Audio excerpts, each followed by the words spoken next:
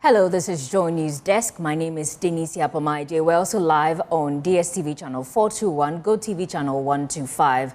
Coming up, strike by members of the Civil and Local Government Staff Association of Ghana, CLOGSAG, continues unabated as government fails to convince the union to call off the industrial action. We have details and check on the impact of this action across the country. We also have our latest Hotline documentary where we uncover how residents of Grumu trek daily for muddy, unsafe water. Yeah, no matter musu high. Oh, not just to be run so way. Not just only be good so way. Yes, I was no. Yenimu coin the Belfast and so way. Adia Adrianos. And on climate evidence, we'll tell you why experts say reversing agriculture's decline under climate stress requires bold national action. Which is not there. The risks of climate change and the fact that the youth are not able to appreciate and use the available technologies to at least integrate farming into their system is a big thing that we need to address. On Ghana Month, we head to Teshi to understand how one of Ghana's most cherished traditional dishes, gankenke, is prepared and served. I love kenke so much. It's deeply personal. My mother was a kenke seller. That was the food she disciplined us with. Because of her, I never developed a strong taste for fried rice or other fancy dishes. Kenke became more than just food. That is why even today, I make it a point to eat kenke before sleeping. These plus some business updates on our desk. Please stay with us.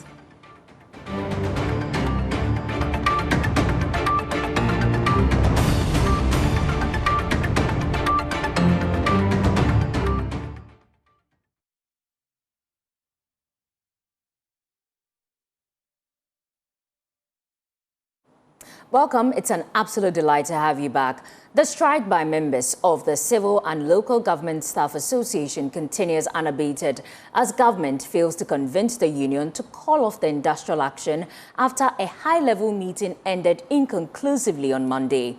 CLOGSAG is protesting persistent delays in implementing its agreed conditions of service. This is despite a directive from the National Labour Commission ordering the association to suspend the strike and return to negotiations. We've been speaking with some CLOGSAG executives.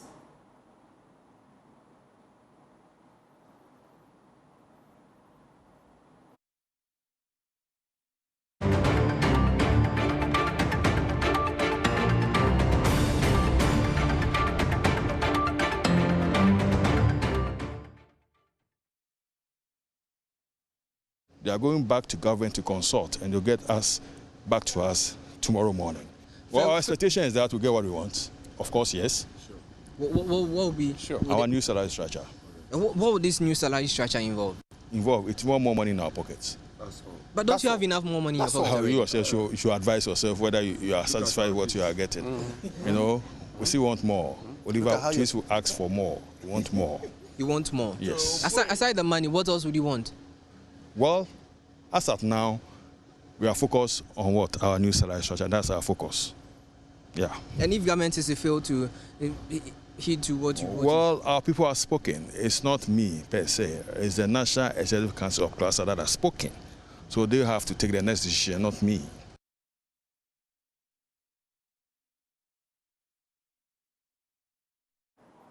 Also in the Ashanti region, offices were closed on Monday. At the municipalities, there were immediate disruptions, including the halting of processing of permits, licenses, and related administrative tasks. All right, so the situation here is very dire, and the strike action is taking deep effect in the Ashanti region. The ministries we have visited, the municipal assemblies that we have visited are all in line with the strike action, and they are effectively complying to the directive of this red adornments we were met with at the entrance is indicative of the fact that the assembly and the staff members here have joined the strike action.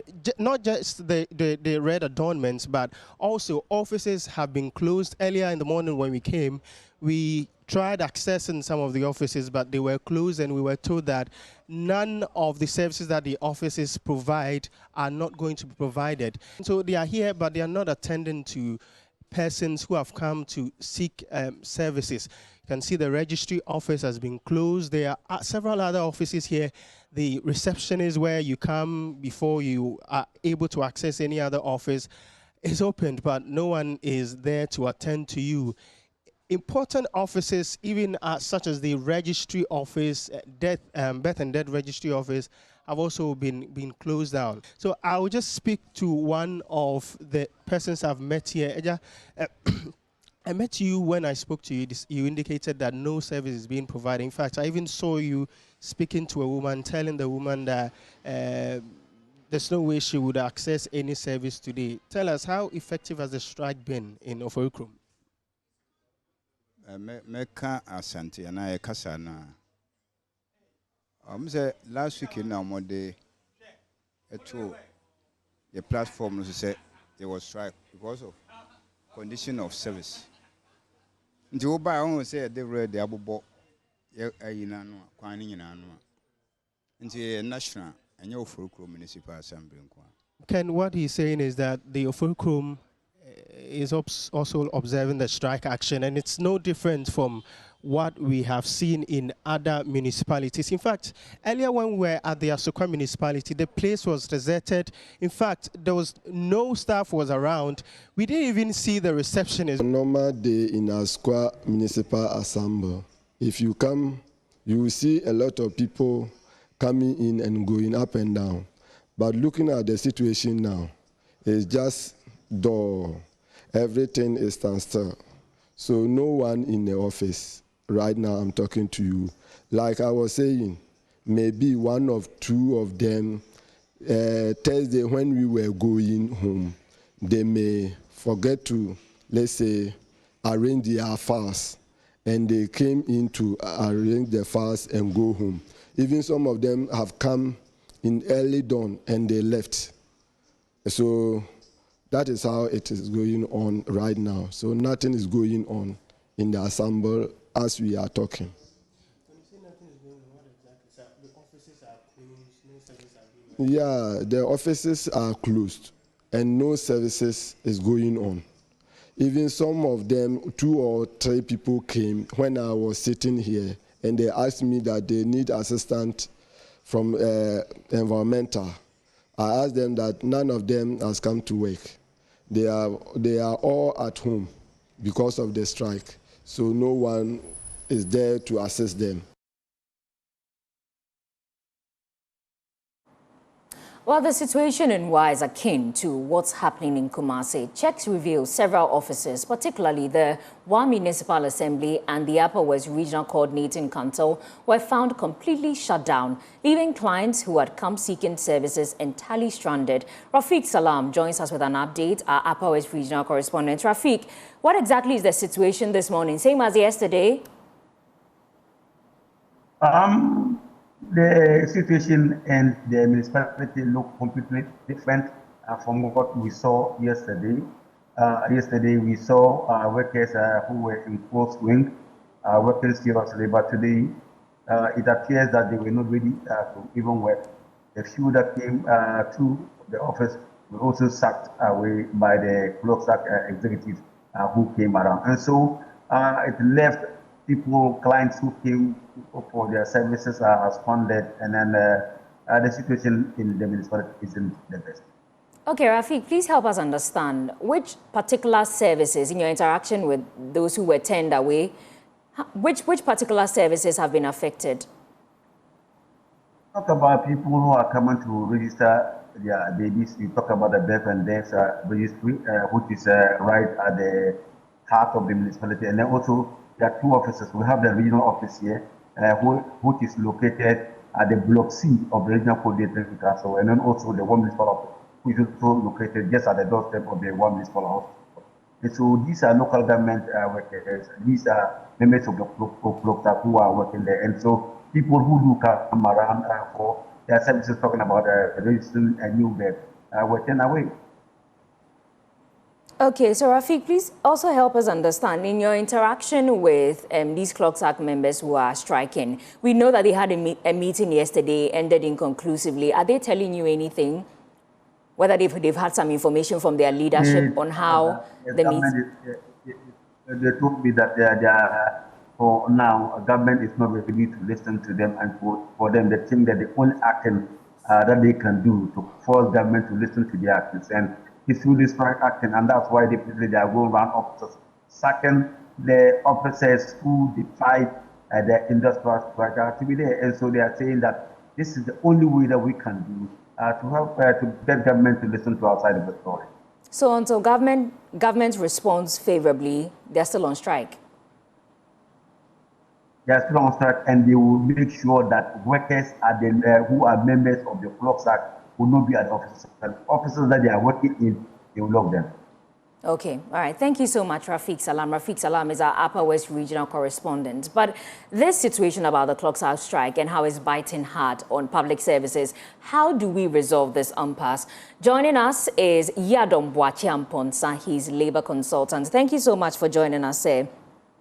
So in our interaction with CLOGSAG, they said that they had already agreed on some service conditions with government and were waiting for implementation. That has not happened, and so is the reason why they are striking. What do you make of that? Yeah, good morning. And let me say hello to your cherished listeners and viewers. As I always say, industrial relations is a very fluid activity. You don't wait till you get into these situations before you decide to act. I believe that this particular issue has been running for some months now. So who is engaging who? Okay? The engagement must first, come from the union, will certainly indicate what their issues are. And the employer must do whatever is possible to engage and make sure that the heat is doused. You don't wait till your workers decide that they won't go to work before you determine what to do, because there are processes, okay? I believe that this matter started about somewhere last year, or even preceded in February. In fact, on Monday, I spoke with the PRO, Ediakwe, and he says that when they threatened to strike the week before, nobody engaged them in terms of any government institution. They were not engaged, and so they proceeded with the strike. Which is very unfortunate, because you see, it must be somebody's job to ensure that, the relationship between management and the workers are sanitized. Okay? And therefore, every issue that comes up, no matter how trivial it is, must be handled by somebody. And it must be resolved at a certain level. Okay? And this one, which appears to be relating to conditions of service and salaries and things like that, are big matters in the labor environment. Okay? So you do not allow this to fester and get to a point where the workers will say, we are not going to work. You understand? So for me, I know that there's going to be a meeting. I've just learned that there's going to be a meeting tomorrow. Okay?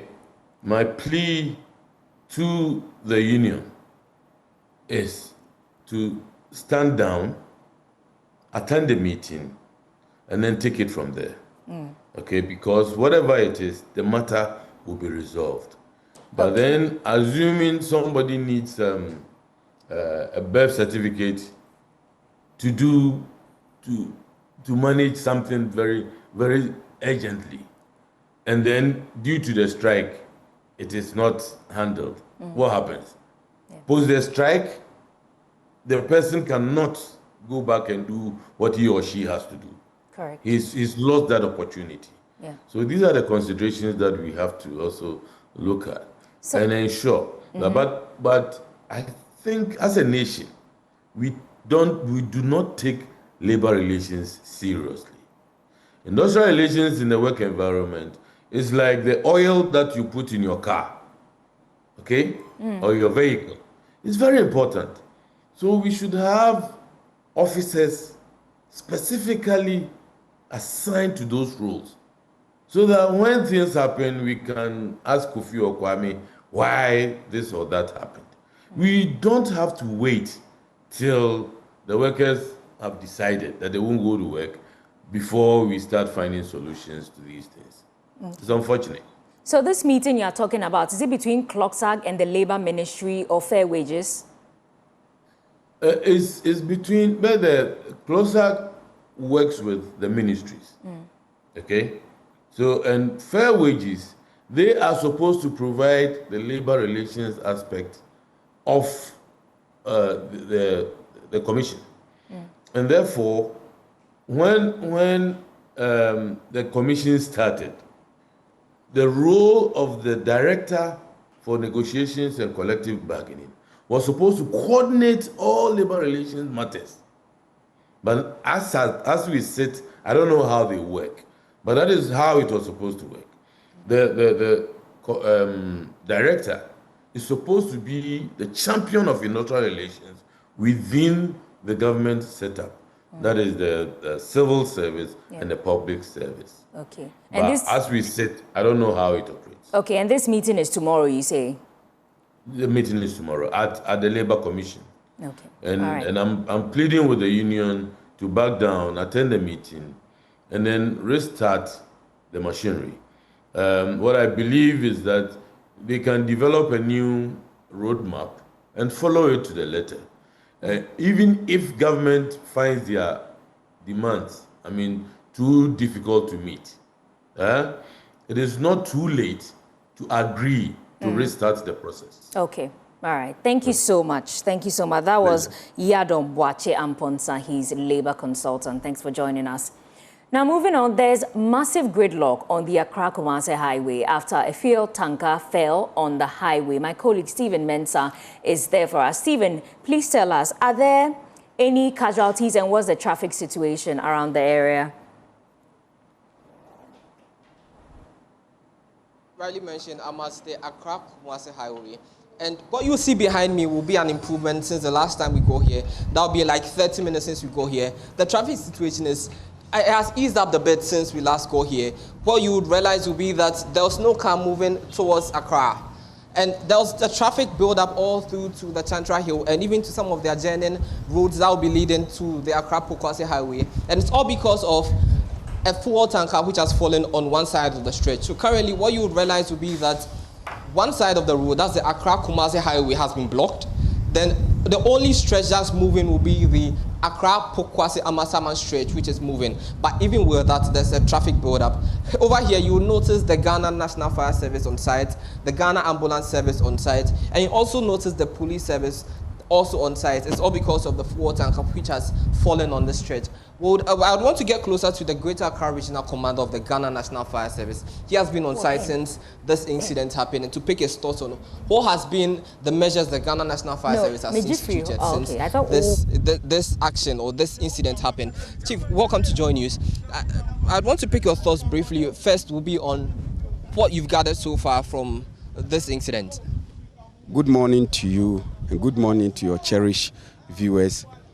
This morning we had a distress call through the Fire Master Control at 0206 hours. So at exactly 0207 hours, the first appliance was dispatched. They got here at 0220 hours. And we realized that a tanker had fallen. The tanker was traveling from Tema to Kumasi. On reaching this point, it had an accident and it has fallen on the side and there was petrol leaking. Now when it happens this way, as a measure, a safety precaution measure, what we do, we quickly called in the police and then we cordoned off the area to prevent people from siphoning the fuel. So you can see that the policemen are around preventing people from siphoning the fuel. Then we went further to do cooling, because some of these products, when we don't cool it and the sun starts scorching, the expansion ratio can create problems that we can have fire. Also, you can see that the road from Accra to Kumasi has completely been blocked. The only way you can access Kumasi now is either through Koforidua, through Eburi, or maybe through Kwabenya. That is the only way. The only traffic flowing is the one from Kumasi towards Accra. And we are playing this safe because we could have lifted the bulk, but that would be too risky. Because if you lift the bulk and you are not lucky and the chain is torn and it falls back, the possibility of it rupturing is there, so it will be worse. So the advice that we gave to them is to go bring in an empty tanker that you can see behind me there. Then they brought in a machine and some hoses. I also called MPA this morning, and they have assisted us to make sure that we lift the product from the falling vehicle into the empty tank. So the advice I want to give to motorists is to bear with us with the operations that are going on. It's better to endure the traffic than rushing and creating problems. So here, we are here cooling and ensuring that the bulk is transported from the accident vehicle onto the empty tank, and then we'll be leaving here. I'd want to pick your thoughts on what your initial finance is telling you as to what caused this. Okay, so I interviewed the driver. He's around, and he said that he was coming around 2. Then just as he was approaching this stationary vehicle that was loaded with cement and got spoiled and packed, there was no triangle showing that a broken down vehicle was parked. So when it got there and tried to veer off to the next lane to move, it realized that there was another passenger Sprinter bus over there, so he had no choice than to bump into the stationary vehicle, and that was what led to the accident. That is the narration the driver gave me. And you talk about precautionary measures also. I see people in and around the incident, the site. Is this not a safety hazard, given that this could spark any moment and it could cause a havoc or anything? Yeah, so in incidents management of this nature, we have the hot zone and we have the cold zone. We've cordoned off the area. Those in the hot zone are the personnel of the fire service and those MPA people who are assisting in the evacuation of the fuel. But then the other people who are in the cold zone, we've asked police to ensure that they don't come closer. Of course, you know how some people would like to, these days everybody has turned himself to videoing and they would like to video, but we have advised the police to ensure that they don't come close. That will be a risk because nobody knows what is going to happen in a few minutes' time. Yeah. I'd want to understand also, what would be your advice to many Ghanaians? You talk about people trying to video every time such incidents happen. Is this something we should be cautionary about? No, we should discourage such things because things of this nature, when it ruptures, the explosion is going to be massive and the distance that is going to cover is going to be serious. So I will advise that in incidents of this nature, we should avoid getting closer. If you have a camera and you can stand far and zoom, that's fine. But to come closer, you want to have contact with the falling vehicle, that will not be the best. I would discourage that one. And what about the driver and his mate and all the other persons who are involved in this incident? I asked him, he says it's okay, but I can see some blood stains on his uniform that he was wearing.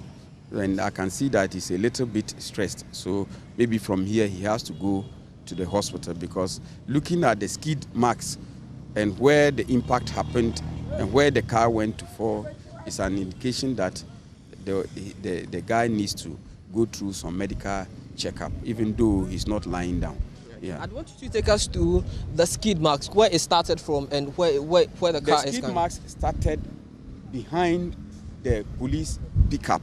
It started behind the police pickup. That is where he spotted that there was. If you go there, you can see the skid marks from there. He started screeching the brakes from there. Then when he got here, the speed was still there, so he had to crash into the stationary vehicle. The car which caused the accident is this one? This cement-loaded vehicle. This car is loaded with cement.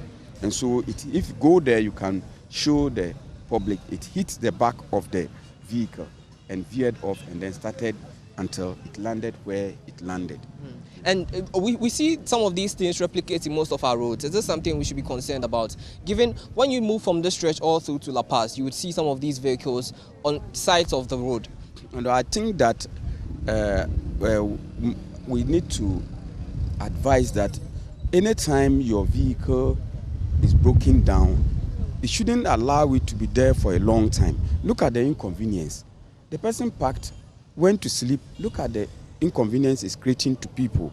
It's that bad. It's too bad. So either we insist that, of course, that's how the law, what the law says, but people will not follow. They should have put in a triangle to show an indication that there's a broken down vehicle, or the company that owns the vehicle, as soon as this happens, should go in for a recovery truck to come and pick it away. Look at the hazard it has caused, and look at the traffic that it has caused. People who are commuters are being inconvenienced, all because of somebody's negligence. So I think from here, the police have to take the driver of the stationary vehicle on, because it is his parking that has caused all that has happened. All right. Are you looking to pick this car away from here, and also the fuel tanker also? Yeah, as for the fuel tanker, until we are able to lift it from the ground, we, the Ghana National Fire Service, we are not leaving here, because we must ensure that the petrol is evacuated from the fallen vehicle into the empty tanker. Then we can now supervise the lifting, because lifting too is also another thing altogether. Lifting, that is when there will be scratches on the ground and so on and so forth, and there is spillage on the ground there. So the possibility of lifting and fire is there. So when they are about lifting, we'll be foaming the vehicle as the lifting goes on. All right. And what's the progress of work currently? At the moment, the first pump that was brought was not able to do the job properly. So they had to go back to Tema, and then they came back with another pump. And as we speak, they've started siphoning from the one that is lying down into the stationary vehicle. Well, from what people observe, we've seen one car bent already. Is this something?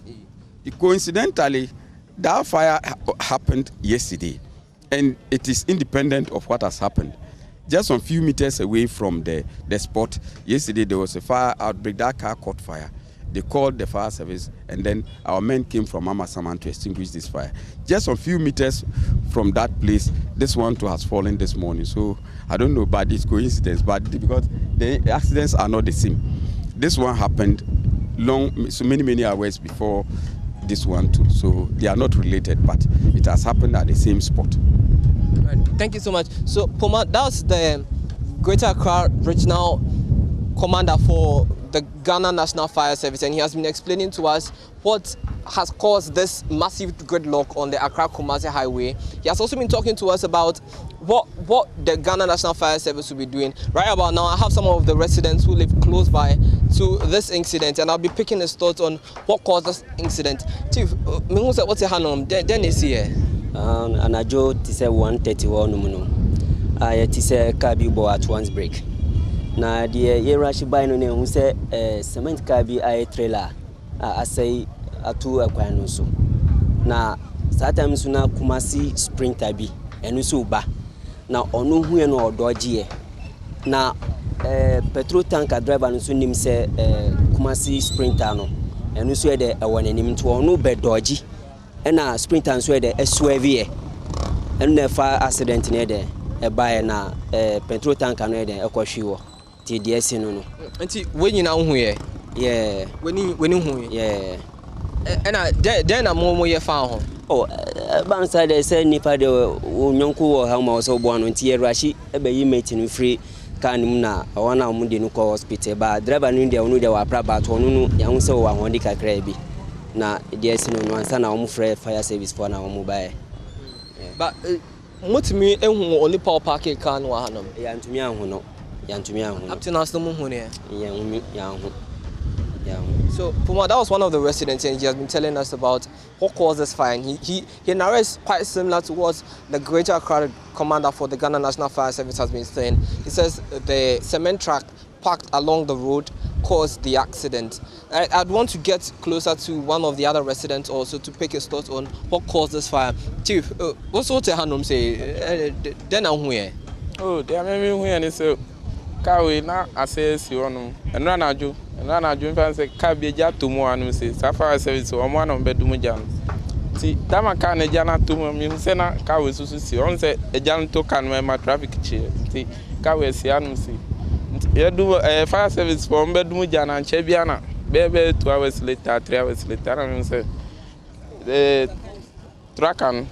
Tiani so boabe sang na me meeting come to say am pie and say o se kuma se car bi sprinters for bia like me no mu babom na at once ne so hu car we no so like running slow ba anye no dia boka no ni say asha se frade we nanka ewura sole no ba anye ano kan ko to fam. I thought for me so no mun to me pie guy beat a solid inside. Guy in the D or into my glue kitchen and son of glass no na glass in the pine to me you me film. Just a meeting in the private match my quack or shiny I and be come man. So Kuma, that was one of the other residents also. He has been talking to us about how the accident happened and he has been narrating the incidents prior to the fire incident. Prior to the fuel tanker falling, he tells us about a car which caught fire earlier before this fuel tanker caught fire, and before this fuel tanker fell down. I beg your pardon. And he has been telling us about how the residents over here made sure that the mate and his driver were evacuated from the fuel tanker. Currently, would notice that there's the fuel tanker down on the road, and they're trying to siphon the fuel from the fuel tanker into an empty fuel tanker from this side. Well, this is what we can report currently, but what you notice will be that the traffic is flowing steadily on the stretch also. All right, Stephen Mensah, thank you so much. Our man on the ground reporting that the traffic on the Accra-Kumasi highway has eased and the fire service has cordoned off the area and ensuring that there's free flow of traffic. Away from that, 7 hours, that's how long residents of Brumu trek daily for muddy, unsafe water. A journey that drains their bodies and leaves almost no time for work or even intimacy. The chief of the area, Al-Hassan Musa, says the water challenges is quietly straining marriages and family life. Here are excerpts from Joy News' latest Hotline documentary, Thirst in the North, produced by Nana Boache Adam. Na choti mi wuro nso we mu na so ni bini gu nso we mu ye sa ye gusu no ye nim kwan de be fa so anya nso we ade aye duane no so. I see people coming in with even more complicated issues like typhoid fever. And because we don't have good enough our immune systems for a lot of people living in these communities, it's pretty low because they are not getting the first diet as has been advised. So any small infection builds muscle to affect them worse than, let's say, if somebody with a good immunity drank the same amount of water. So because of that, they come and we find people dying from something that could be preventable. Now we are recall hospital. We say typhoid nsuo no mu. Nsuo ni binti sa na yusu. They say you call doctor ni nyina sa na omu ka kire. Say nsuo no na wo problem ai. Ka mu se si a na nantwe no anka omu anko yoro mo hu se nantwe kura be wurum. Obi no metu sisa dwan be gum. Wo ba dun so asa wo ba sa de akofi. Ibi ni bebi bi. Ninka bilo tangana lumitera. The people here are known for their warmth and generosity. But today, even visitors like me are not offered the usual food or drink. There's simply not enough water to share. And when there is, it is often unsafe to give in good faith.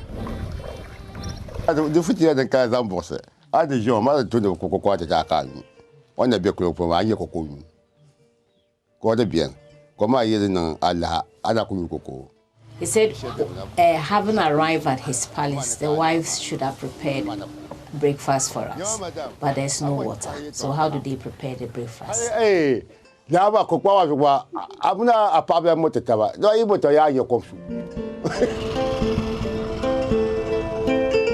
though Ghana has committed to the UN Sustainable Development Goal on clean water for all, nearly 4 out of every 10 rural households still rely on unsafe water, ponds, rivers, or open dams, often shared with animals.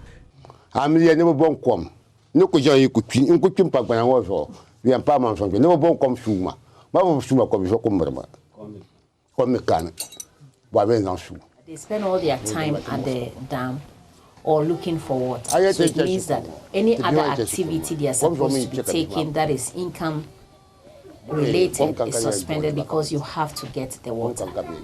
And the last one, he says that their children are unable to go to school most of the time because they spend time looking for water to keep them clean before they go.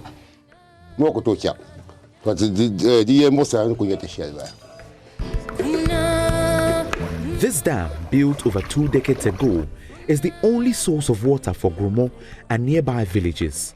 It is the only dam that saw them through the harsh drought of 2005. But it has not been dredged or expanded since it was built, and now it is failing them. During dry season, residents struggle to get water, and the only water that is left in the dam in the dry season is not something that can be used for domestic purposes. At the chief's palace, Alhassan Musa sits with a heavy heart. His voice carries the pains of his community members. He speaks not only for water shortages, but of private struggles.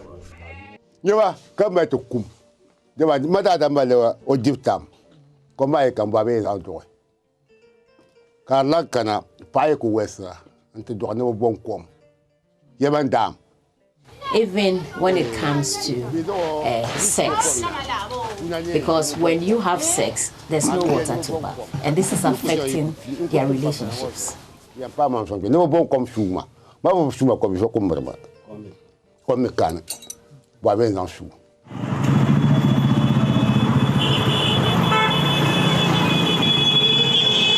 Across northern Ghana, nearly 1 in 5 households spends more than 30 minutes just to fetch water. In the most remote areas, that journey can stretch to several hours, costing children their time, strength, and sometimes their education.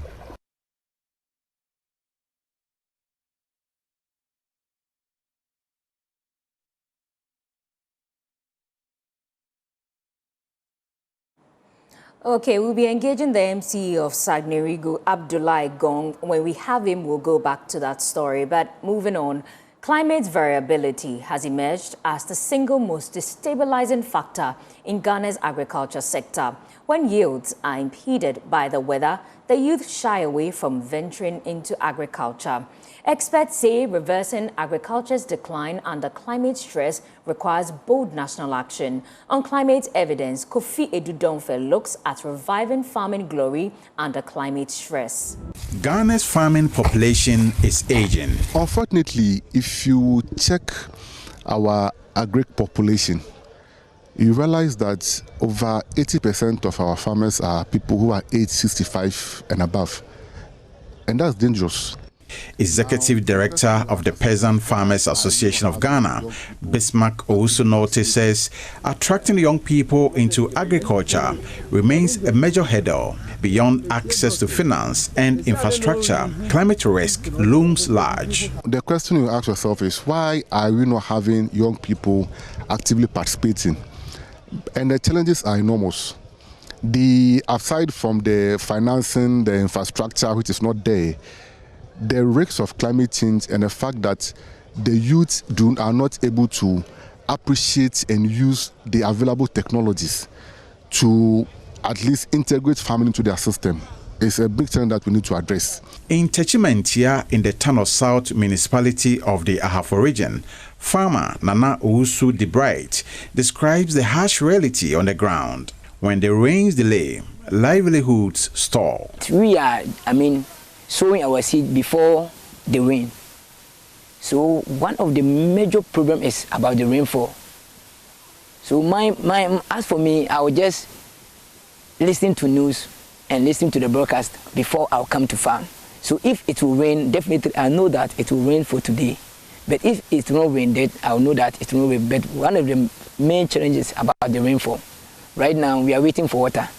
If it's rain today, tomorrow none of the community people will stay at home. They will go to farm to sow. For agronomist Dr. Michael Odenki-Kwe of the Department of Agricultural Science Education at the University of Education, Winneba, climate change presents both a challenge and an untapped opportunity. He argues that innovation, particularly climate-smart solutions, could open new pathways for youth participation. People can set up businesses that produces what we call biochar. Biochar is technically charcoal.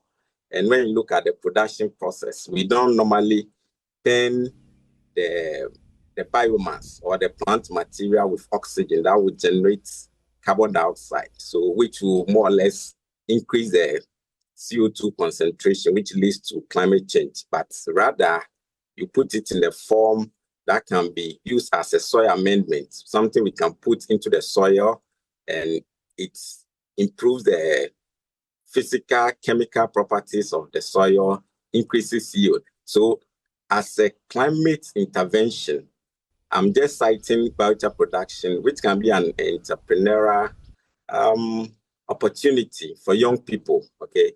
So the challenges are real in terms of it leading to low yields, losses on the field, and so on. But again, there is also opportunity for scientists to produce people who are in that field to produce their entrepreneurial opportunities as well that can be harnessed. But transformation, he insists, will require deliberate policy shifts, making agriculture profitable and future-ready. Agricultural economist Dr. Jonas Osei-Edu believes youth inclusion is possible, but only if climate-smart agriculture policies move beyond rhetoric. I mean, you and I know how many programs that has come and gone in this country, and we are still talking about getting the youth into agric. It's about risk. If the youth goes for a loan of 10,000 and has to depend on rain, why do you think he or she will be motivated? So we need to move away from rain-fed agriculture into irrigation. Opportunities, however, extend far beyond tilling the soil. Electronic and communication engineer Dr. Kwame Anyona Simpe points to technology-driven roles across the agriculture value chain.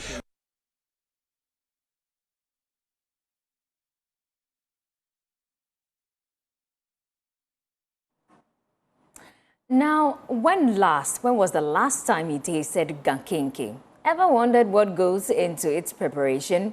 As Ghana celebrates its heritage this month, we journey into the heart of Teshi to see how your favorite komi is prepared and served with hot pepper, a tradition that has endured for centuries. Now Moko takes us to Teshi Adomin, where the story of kenke is still being written one ball at a time.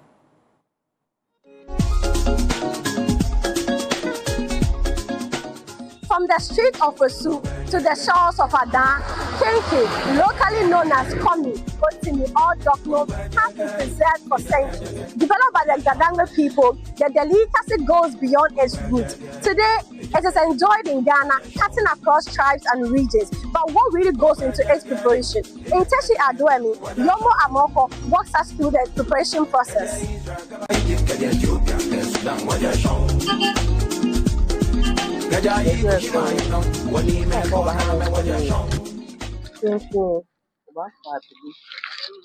To prepare kenke, you must first soak the maize for about 3 days. This allows it to ferment properly before it's milled into corn dough. After milling, the corn husk is carefully sorted out, ready for wrapping. The main ingredient is maize. It is carefully sorted, soaked for days, milled and left to ferment to achieve a certain distinctive sour taste. Once the milling is done, the dough is sieved to remove any unwanted particles. This process ensures a smooth texture before it's partially cooked. Yumo tells me the fermented corn dough is partially cooked over heat, stirred vigorously for hours until it thickens into a smooth porridge. It is then mixed with fresh dough and mixed manually to achieve the right consistency before being molded into balls. At this stage, you stir it steadily with a good quantity of salt, just like preparing banku. However, this particular mixture is known as a flatter. It requires patience and strength to stir it to the right consistency.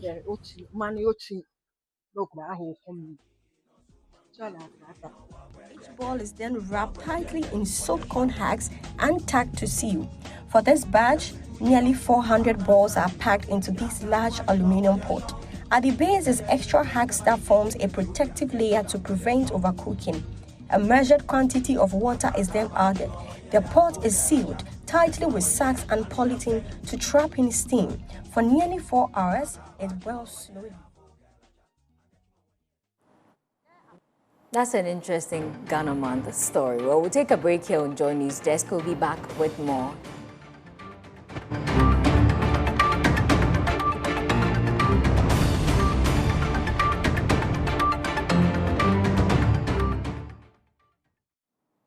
It's time for business and Michelle.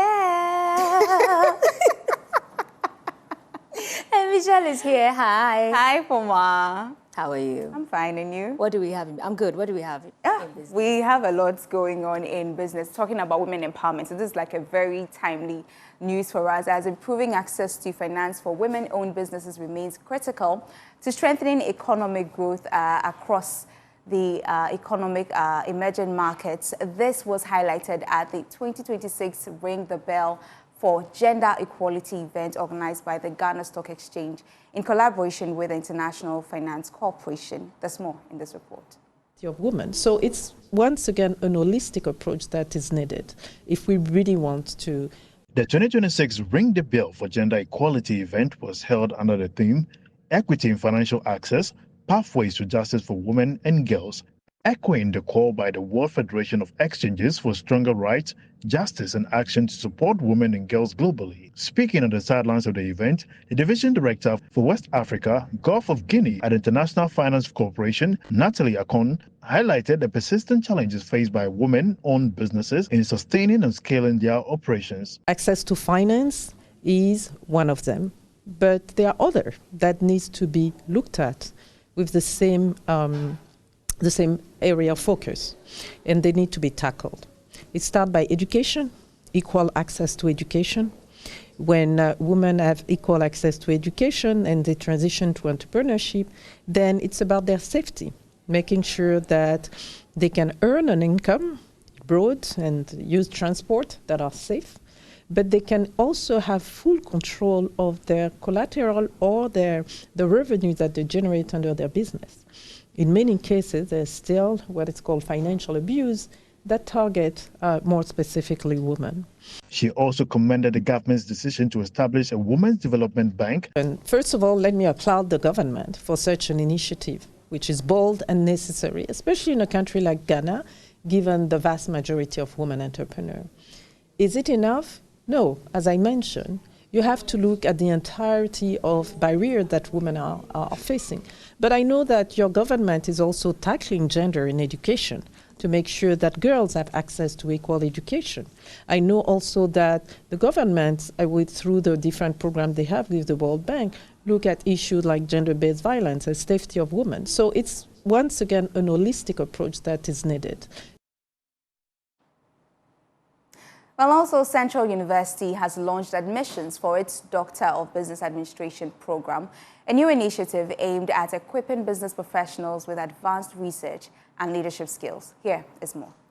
Central University has officially opened admissions to its Doctor of Business Administration program as part of efforts to expand its portfolio of advanced academic offerings and develop solutions to Ghana's business and economic challenges. Vice-Chancellor of the University, Professor Kwesi Dateban, emphasized that the new program is not merely an addition to the institution's academic offerings, but a strategic initiative designed to equip professionals with the expertise needed to address real-world challenges facing the country. This program for us is relevant because it provides 3 pathways. One in strategic leadership and organizational transformation, another in marketing, innovation, digital business, and then also in financial and corporate governance. Now, these programs have been well crafted to address the challenges that we have as a country. One of the things we need to be aware of is that before GTEC approves programs of this nature, one of the key things they emphasize is the relevance of the program. And so right from the beginning, we've been able to demonstrate from our documentation that it is a program that will give value to our students, potential doctoral students. It also will expose you to the world of research, relevant research that can move our country forward. So all in all, if one enrolls on this program, you'll be armed well with knowledge that will help you push the boundaries of your fields of endeavor. He further added details of what the program entails.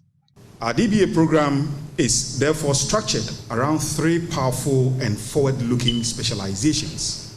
First, strategic leadership and organizational transformation. This pathway equips leaders to navigate complexity, drive institutional reform, shape organizational culture, and lead change in both the private and public sectors. Well, that'll be all for business here. And so for more business news, you log on to myjoyonline.com. I am Michelle Ejekum. Poma. Thank you, Michelle, for bringing us business. And that's it for Joy News Desk. Please log on to myjoyonline.com for more stories. My name is Denise Yapoma. Enjoy the rest of our shows. Good morning.